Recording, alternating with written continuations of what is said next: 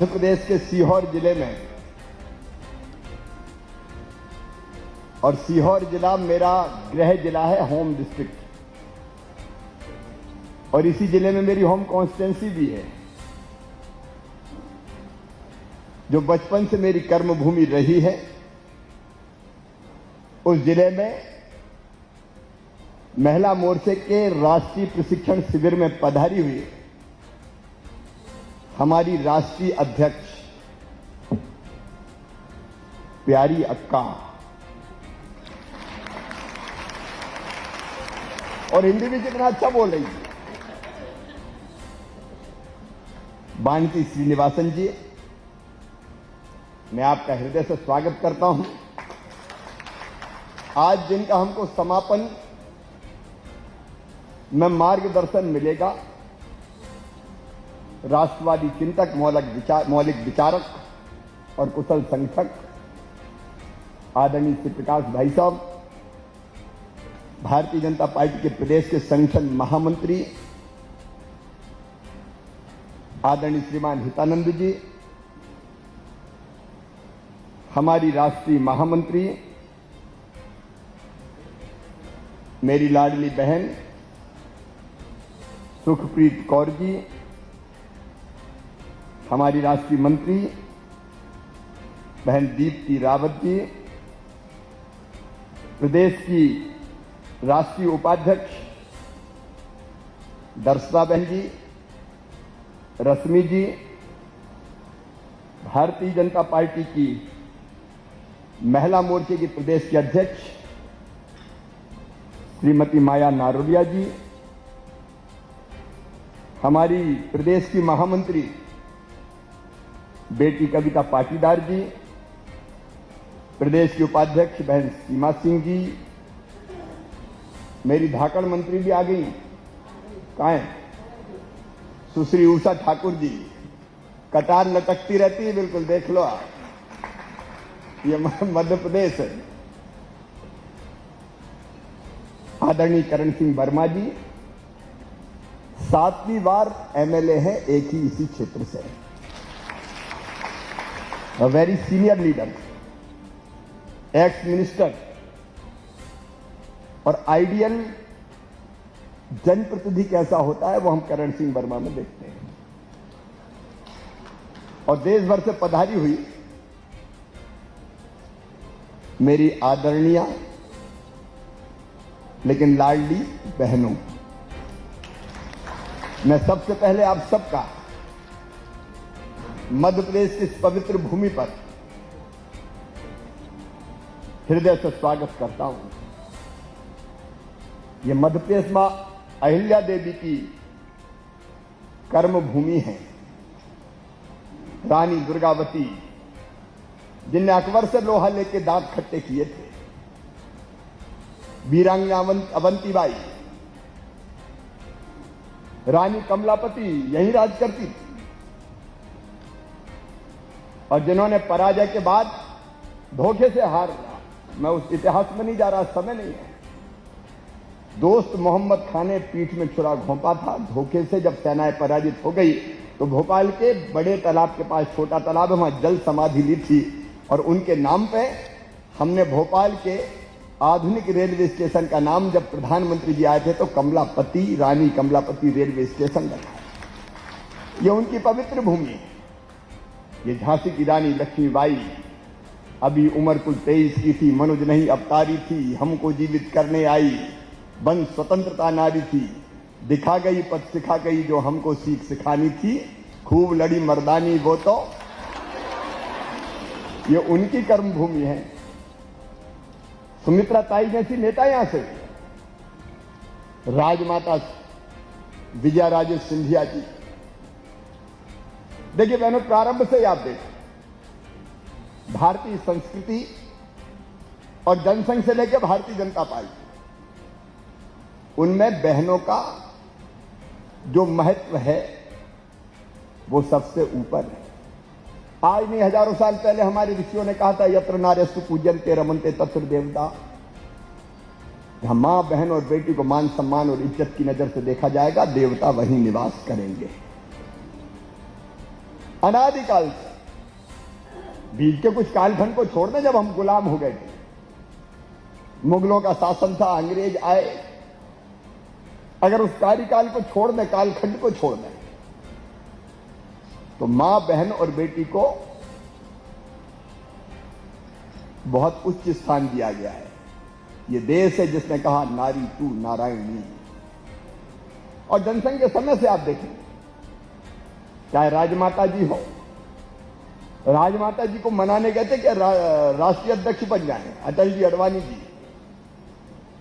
उन्हें इनकार किया था। राजमाता जी का मार्गदर्शन हमको मिला। सुषमा स्वराज जी जैसी सरस्वती जिनकी जीवा पर विराजती, तेजस्वी अगर महिला नेत्री देश की हुई है तो भारतीय जनता पार्टी में हुई है। फायर ब्रांड नेता हमारी उमा भारती जी। आज भी अगर देखें पूरे प्रदेश को, मैं बहुत विस्तार में नहीं जाना चाहता, लेकिन स्मृति ईरानी जी अभी आई थी, अब उनकी स्मृति भी आपके मन मस्तिष्क में होगी। और निर्मला सीतारमण जी जैसी वित्त मंत्री जो पूरी योग्यता के साथ हिंदुस्तान के खजाने को संभाल रही है। मंत्रिमंडल में एक नहीं ऐसी सक्षम अनेकों बहनें हैं। भारतीय जनता पार्टी ने महिला नेतृत्व को हमेशा ठीक से वरीयता देने का प्रयास किया है। और केवल नेतृत्व को नहीं,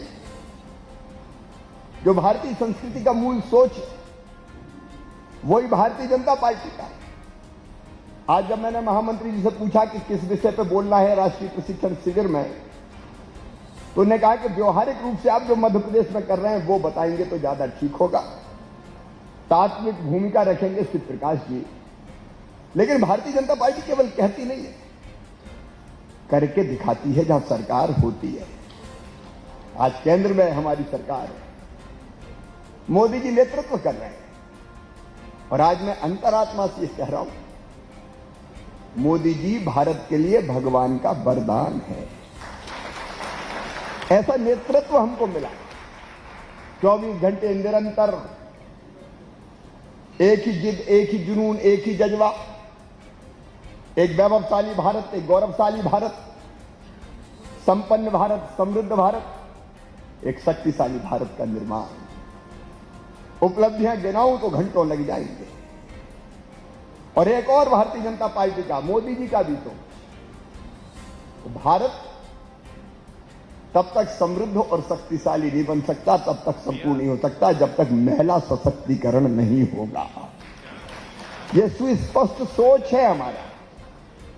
उसने केंद्र की योजनाएं जिनकी चर्चा निश्चित तौर पर हुई होगी, बेटी बचाओ बेटी पढ़ाओ, सुकन्या समृद्धि योजना से लेकर अनेकों, मोदी जी के नेतृत्व में केंद्र सरकार चला। हमारा सौभाग्य उनके नेतृत्व में हम काम कर रहे हैं। और आज पूरे गर्व के साथ मैं कहता हूं, विश्वास के साथ कहता हूं, हमारी आंखों के सामने मोदी जी के कुशल नेतृत्व में भारत विश्व गुरु बनने की राह पर चल पड़ा है। अब कोई रोक नहीं सकता, यह सपना साकार होगा। लेकिन जब अपनी सरकारें आती तो वो करती क्या है, सोच के देखिए। मध्य प्रदेश में 2003 में हमारी सरकार बनी। 2005 से मैं मुख्यमंत्री हूं। मेरी बहनों, मुख्यमंत्री बनते ही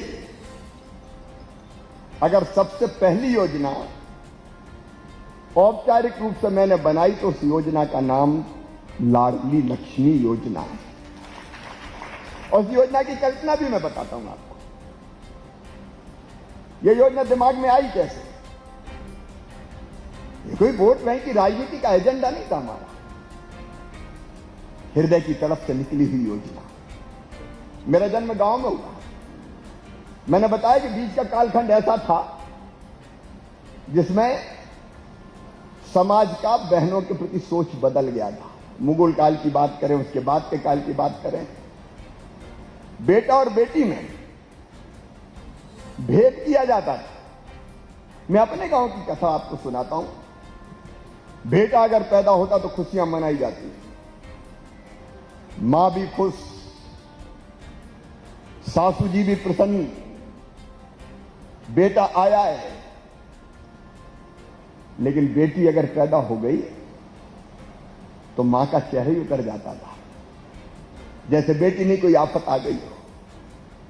और धीरे धीरे परिस्थितियां ये बन गई कि सेक्स रेशियो बेमेल हो गया। एक परिस्थितियां वो बनी कि 912, 1000 बेटों को 912 बेटियां पैदा हो रही। मैं बचपन से भेदभाव देखता था, मन में पीड़ा होती थी। बेटे को ज्यादा लाड़, बेटी को कम प्यार। मैं सोचता था कि भेदभाव क्यों होता है, और भेदभाव भी कई बार मां भी करती थी। बेटा कुल का दीपक है, बुढ़ापे की लाठी का सहारा है। अब वो बुढ़ापे की लाठी का सहारा बनेगा कि बुढ़ापे में लाठी मारेगा, इसकी गारंटी कोई नहीं ले सकता। लेकिन मैं हमेशा कहता था कि बेटी अगर पैदा हुई तो जब तक उसकी सांस चलेगी अपने माता पिता की चिंता और सेवा करेगी। गांव में तो यह भी होता था, पति पत्नी में झगड़ा हुआ तो पतिदेव को गाली देने का अधिकार था, और कई बार तो वो लाठी उठाते थे और पत्नी जी की पीठ पर मार देते थे। और कोई बचाने आता था तो पत्नी कहती थी, माइंड सेट ऐसा बन गया कि मेरा पति है, मुझे मारे चाहे पीटे, तुम बीच में बोलने वाले कौन होते हो। ये बातें दर्द पैदा करती थी। बचपन से मेरे दिमाग में आता था कि भेदभाव कैसे दूर हो। तो मैं कई जगह बोलने की कोशिश करता था, बेटी को आने दो, बेटी है तो कल है। एक जगह मुझे बोलने का मौका मिल गया, वो मुख्य अतिथि के आने में देर होगी, सामाजिक कार्यक्रम में, एक शादी का सामूहिक विवाह का कार्यक्रम था। मैं उसमें बोल रहा था, बेटी को आने दो, तो एक बूढ़ी अम्मा खड़ी होगी, बेटी को आने दो, बेटी को आने दो, भाषण दे रहा है। बेटी आ गई और बड़ी हो गई तो शादी में दहेज का इंतजाम क्या तू करवाएगा? आ गया भाषण देने। मुझे माथा ठनका कि भाषण देने से काम नहीं चलेगा शुरुआत। तब मैं एमएलए एमपी कुछ भी नहीं था। लेकिन तब जब मैं पहली बार एमएलए बना तो करण सिंह जी और रवि जानते हैं, हमारे जिलाध्यक्ष, हमने शिव प्रकाश जी बेटियों की शादी करना शुरू की। मेरी कॉन्स्टिट्यूंसी थी, जो गरीब बेटियां थी। और 2005 में मुझे पार्टी ने मुख्यमंत्री बनाया तो मैंने कहा, मत चूके चौहान, अब मौका मिल गया है। और हमने तय किया मास स्केल पे कि बेटियों की शादी अब सरकार की जिम्मेदारी है। कोई चिंता मत करना, बेटियों को आने दो, पूरी गृहस्थी का सामान दे के बेटियों को विदा करेंगे। मुख्यमंत्री कन्यादान योजना ये मध्य प्रदेश की धरती पर सबसे पहली बार बनी।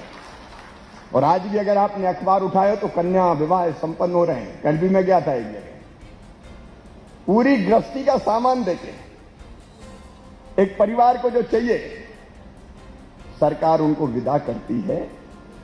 एक बेटी के विवाह में हम 55,000 रुपया खर्च करते हैं। समाज जो देता वो अलग होता है, और मास मैरिज का हजारों शादियां एक साथ होती हैं। लेकिन मेरे दिमाग में यह था कि बेटी जब तक बोझ मानी जाएगी तब तक कोई बेटी को आने नहीं देगा। तो मन में यह विचार है कि बेटी को वरदान बनाना है। अब मैंने सारे अफसर इकट्ठे किए, पीएस फाइनेंस से लेकर महिला बाल विकास के अधिकारी, चीफ सेक्रेटरी, वित्त मंत्री। मैंने कहा कोई ऐसी योजना बनाओ कि बेटी मध्य प्रदेश की धरती पर पैदा हो तो लखपति पैदा हो। तो अफसरों ने सोचा, नए नए मुख्यमंत्री बने तो ज्यादा जोश है, कुछ दिन में ठंडा हो जाएगा।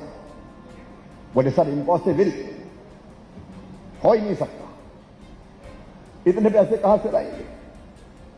वित्त मंत्री भी कहने लगे पैसा कहां से आएगा, क्या करेंगे। अंततः मैंने कह दिया कि लाडली लक्ष्मी योजना बनाएंगे, और उसका तरीका यह है कि बेटी के जन्म के साथ ही हमने उस समय हिसाब किताब लगाया। हमने तय किया 30,000 रुपए के बचत पत्र खरीद के बिटिया के नाम से माता पिता के हाथ में दे देंगे। और उसको मैंने पढ़ाई से जोड़ा हमने कि बेटी 5वीं पास करके 6वीं में जाएगी तो 2,000, 8वीं पास करके 9वीं में जाएगी तो 4,000, 10वीं पास करके 11वीं में जाएगी तो 6,000, 12वीं में फिर 6,000, और जैसे ही 21 साल की होगी तो सीधे 1,18,000 रुपया मिल जाएंगे। हमने सुनिश्चित कर दिया कि मध्य प्रदेश में बेटी अगर पैदा होगी तो लखपति ही पैदा होगी। और ये लाडली लक्ष्मी योजना बन गई। और अब मध्य प्रदेश में 43 लाख बेटियां लाडली, 43 लाख लाडली लक्ष्मी है। और वो पैदा होने के बाद अब जब पैसे पढ़ने जाती तो पैसा मिलता जाता है लगातार। अब बेटी पैदा हो तो लाडली लक्ष्मी, स्कूल जाए तो किताबें निःशुल्क, यूनिफॉर्म निःशुल्क। पहले गांव में भेजते नहीं थे, दूसरे गांव 8वीं पढ़ ली, अब ठीक है बहुत हो गया, अब दूसरे गांव कहां जाएगी। तो हमने स्कूल की संख्या भी बढ़ाई, लेकिन दूसरे गांव जाना तो मैंने कहा बिटिया रानी पैदल नहीं जाएगी, साइकिल पे बैठ के जाएगी। तो हमने साइकिल देना शुरू की। स्कॉलरशिप की कई योजनाएं, गांव की बेटी योजना, प्रतिभा किरण योजना, एक नहीं अनेकों चीजें, मैं गिनाऊंगा तो देर बहुत हो जाएगी। बहन सुप्रीत कह रही थी अंतिम सांस तक, शादी भी हम करेंगे, उसके बाद की योजनाएं भी, उनको भी मैं बहुत ब्रीफली आपको बताऊंगा। लेकिन मैं लाडली लक्ष्मी का इफेक्ट आपको बता रहा हूं। आज गर्व के साथ भारतीय जनता पार्टी की सरकार ये कह रही है कि 2012 में 912 बेटियां पैदा होती थी 1000 बेटों पे। आज भारत सरकार के आंकड़े हैं, मध्य प्रदेश में 1000 बेटों पे 956 बेटियां जन्म ले रही हैं। एक योजना जिससे दृश्य बदल दिया। और हम तब तक चैन से नहीं बैठेंगे जब तक 1000 बेटों पे 1000 बेटियां जन्म ना ले। सेक्स रेशियो बराबर होना चाहिए। और लाडली लक्ष्मी योजना में केवल अब पैसे ही नहीं मिल रहा, अभी लाडली लक्ष्मी 2 कार्यक्रम किया हमने, 7 तारीख को ही किया है। आपको मैं बड़े भावुक होकर बता रहा हूं, छोटी छोटी बेटियां जिनको 2006 में हमने साथ में वो प्रमाण पत्र दिए थे, तो मैंने गोद में लेके दिए थे, उछालता था, खिलाता था, और वहीं से मेरा नाम मामा हुआ। बेटियों ने सबसे पहले मामा कहना शुरू किया। आज वो बेटियां 10th, 11th, 12th में और कॉलेज में एडमिशन ले रही है। मेरी बेटियां मुझसे ज्यादा ऊंची हो गई है। और उनको देखता हूं जब वो प्रसन्नता से मामा मामा चिल्लाती है, तो मुझको लगता है शिवराज तेरी जिंदगी सफल हो गई रे, मुख्यमंत्री बनना सार्थक हो गया। हमने लाडली लक्ष्मी 2 में तय किया क्या पढ़ाई की बाकी समस्या उसका भी समाधान करना है हायर एजुकेशन के लिए। तो अभी हमने तय किया कि कॉलेज में एडमिशन लेगी लाडली लक्ष्मी तो एडमिशन लेते ही 12,500 रुपया उनको दिए जाएंगे। जोड़ दिया, मम्मी पापा को कह दिया कि एडमिशन होना चाहिए, मतलब साहब है कि पढ़ाई होनी चाहिए उनकी। और जैसे ही ग्रेजुएशन करेगी फिर 12,500 रुपया। पहले 25,000 हमने सोचे थे, लेकिन हमने कहा ग्रेजुएशन की शर्त रख दो, नहीं कई माँ बाप पढ़ाएंगे, एजुकेशन पूरी होनी चाहिए। और एक बात और, मेडिकल कॉलेज में जाएंगी, इंजीनियरिंग कॉलेज में जाएंगी, IIT में जाएंगी, IIM में जाएंगी, क्लेट के माध्यम से किसी लॉ कॉलेज में एडमिशन लेगी, या प्रतिभाशाली है और विदेश की किसी बहुत अच्छी यूनिवर्सिटी में एडमिशन हो गया तो भी उनकी फीस मम्मी पापा नहीं भराएंगे, मामा भराएगा। भारतीय जनता पार्टी की सरकार भराएगी। उच्च शिक्षा के सारे रास्ते साफ कर दिए, कोई बैरियर नहीं, कोई ब्रेकर नहीं। पढ़ती जाओ, बढ़ती जाओ, ऊंचे आकाश में लंबी उड़ान भरो, माता पिता का, प्रदेश का और हिंदुस्तान का नाम रोशन करो। अब माता पिता भी सोच लगे कि चक्कर ही खत्म हो गया सब, तो आने दो बेटी, अब प्रॉब्लम क्या है, इसलिए बेटियां आ गई। ये अद्भुत योजना लाडली लक्ष्मी, जिसको किसी न किसी रूप में कई राज्य सरकारों ने अपनाया। कर्नाटक में भी भाग्य लक्ष्मी ऐसी योजना बनी, अलग अलग राज्यों में अलग अलग योजना। लेकिन केवल लाडली लक्ष्मी नहीं, हमने ये योजना तो बनाई, लेकिन उसके बाद मन में यह संकल्प था सामाजिक सशक्तिकरण, राजनीतिक सशक्तिकरण, शैक्षणिक सशक्तिकरण, आर्थिक सशक्तिकरण, जो भारतीय जनता पार्टी के सोच का मूल है, वो होना चाहिए। और इसलिए एक क्रांति हुई मध्य प्रदेश में, जो लोकल सेल्फ गवर्नमेंट के चुनाव थे, उसमें हमने तय किया कि 50% टिकट बहनों के लिए रिजर्व रहेंगे, आधी सीटों पे केवल बहनें चुनाव लड़ी। अब इसका सामाजिक असर कैसा हुआ आप सोच के कभी कल्पना करके देखिए। पहले पुरुष चुनाव लड़ते थे, पंचायत का हो, नगर पालिका का हो, नगर निगम का हो, कारपोरेटर का हो, और बहन बेचारी रोटी बनाने का काम करती थी। 50 लोग आ रहे हैं, बनाओ खाना, चुनाव लड़ रहे हैं साहब, तो बनाती रहे दिन भर रोटी और घूंघट। गांव में तो बाहर निकल ही नहीं सकती। लेकिन जैसे ही ये काम हुआ 50% रिजर्वेशन, तो बहनें निकल पड़ी और पतिदेव ने तय किया कि अब तू तो नहीं लड़ पा रहा, इन्हीं को लड़ा। कार्यकर्ता भी निकले और बाद में हालत ये हुई कि 50% नहीं 56% बहनें चुन के आई हमारी, 56%। और ऐसी तेजस्वी बहनें इंदौर स्वच्छता में नंबर 1 है। वहां की मेयर श्रीमती मालवी गौड़। जब शुरू में हमने कहा 50% रिजर्वेशन तो तूफान मच गया, ये शिवराज कर क्या रहा है, भारतीय जनता पार्टी क्या कर रही है, ये औरतें क्या सरकार चला लेगी, इनको चलाने वाला तो और कोई आ जाएगा। अब इनका पुरुषों को कोई, पुरुष केवल खुद के मन से चलते हैं, उनको भी चलाने वाले बहुत आ जाते हैं। लेकिन चमत्कार हुआ मध्य प्रदेश, जो राजनीतिक प्रतिनिधित्व नारी शक्ति को मिला, उन्होंने अपने नेतृत्व की क्षमता को सिद्ध किया और मध्य प्रदेश को समृद्ध और विकसित बनाने में योगदान दिया। अब कई जगह पतिदेव बैग उठा के श्रीमती जी के पीछे पीछे चलते हुए नजर आते हैं। कौन है तो कहते मैं सरपंच पति हूं। महिला की पहचान बदल गई, पार्षद पति, सरपंच पति। और उसके कारण जो राजनीतिक परिवर्तन है वो अद्भुत है। पहले सभाओं में बहनें गांव में दिखाई नहीं देती थी शहरों में, अब पुरुषों से ज्यादा बहनें डटी रहती हैं। सामाजिक क्रांति, राजनीतिक क्रांति, शैक्षणिक मैंने आपको बताई वो सब बेटियों के लिए है। शिक्षा के क्षेत्र में क्रांति हुई। फिर हमने आर्थिक सशक्तिकरण के प्रयास किए और आर्थिक सशक्तिकरण के लिए मध्य प्रदेश की धरती पर तय किया, पहले सरकारी नौकरियां हमने तय किया कि 50% शिक्षक जैसी भर्तियों में केवल बेटियों की भर्ती होंगी। 50% रिजर्व कर दी थी। बेटियां चुन चुन के बेटियां परीक्षाओं में पास हो के आ गई और बाकी सारी आज नहीं, ये मैं 6, 7, 8 के फैसले बता रहा हूं।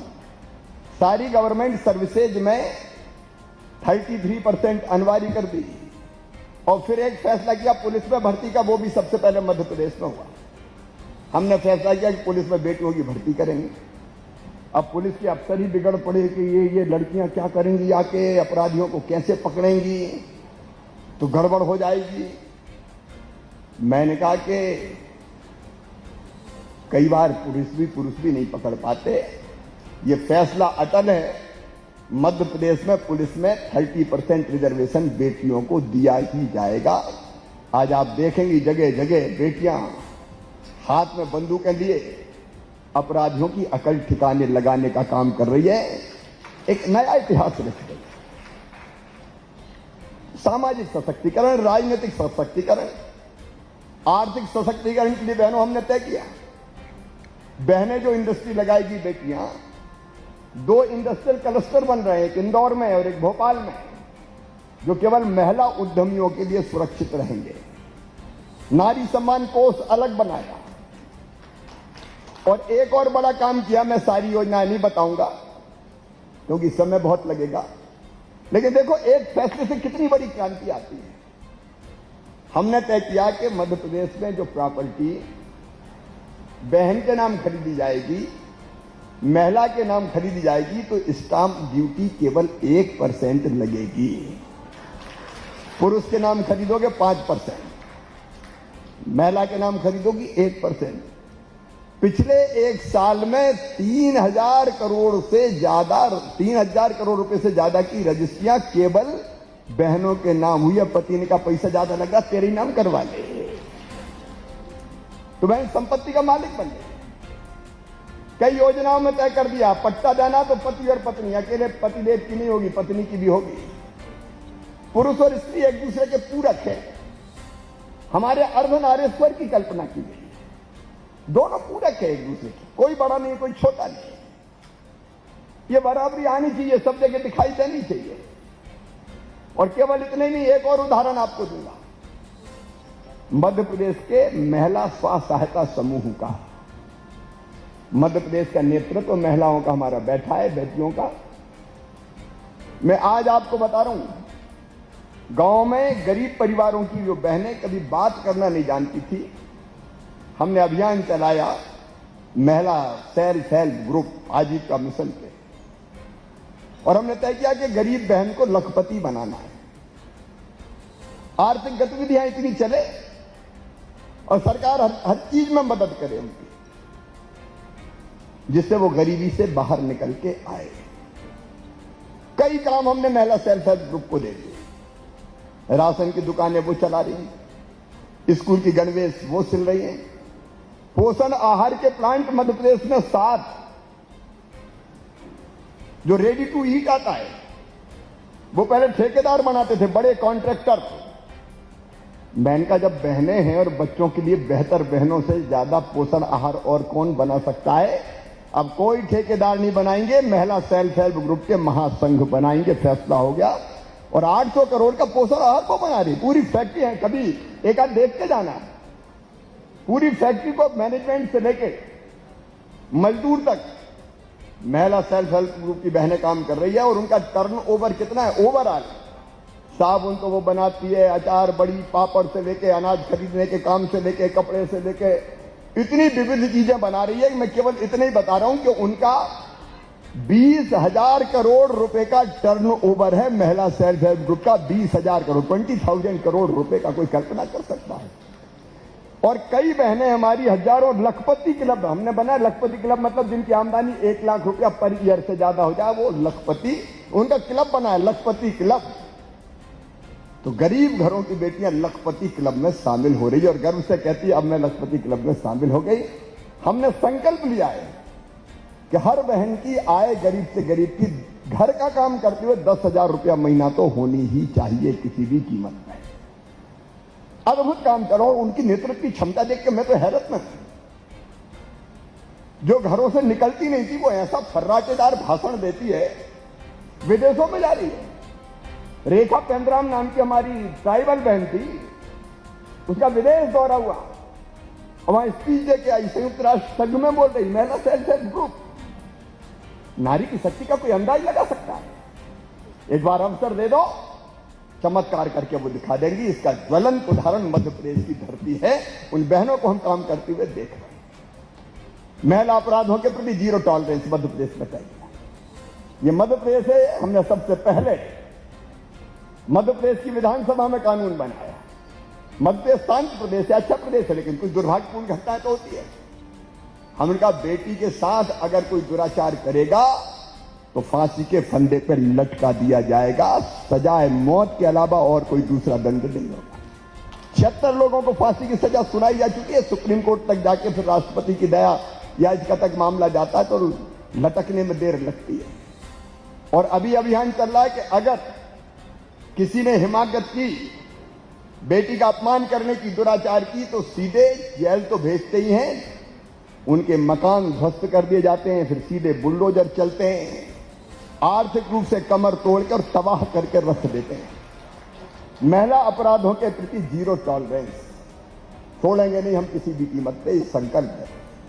और इसलिए ये भारतीय जनता पार्टी की नीतियां हैं, भारतीय जनता पार्टी का सोच, भारतीय संस्कृति का सोच है, जिसको हम इंप्लीमेंट करने का काम कर रहे हैं।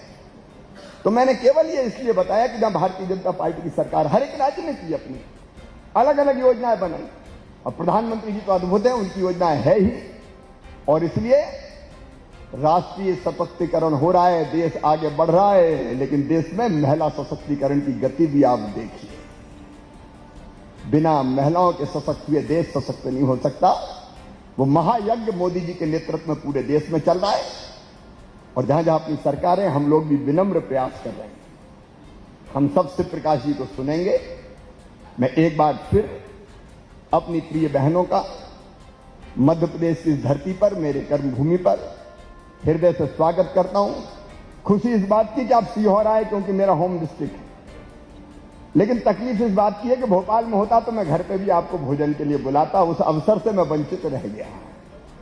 और इसलिए मैं निवेदन कर रहा हूं बानसी जी से कि एक कार्यक्रम और कीजिए।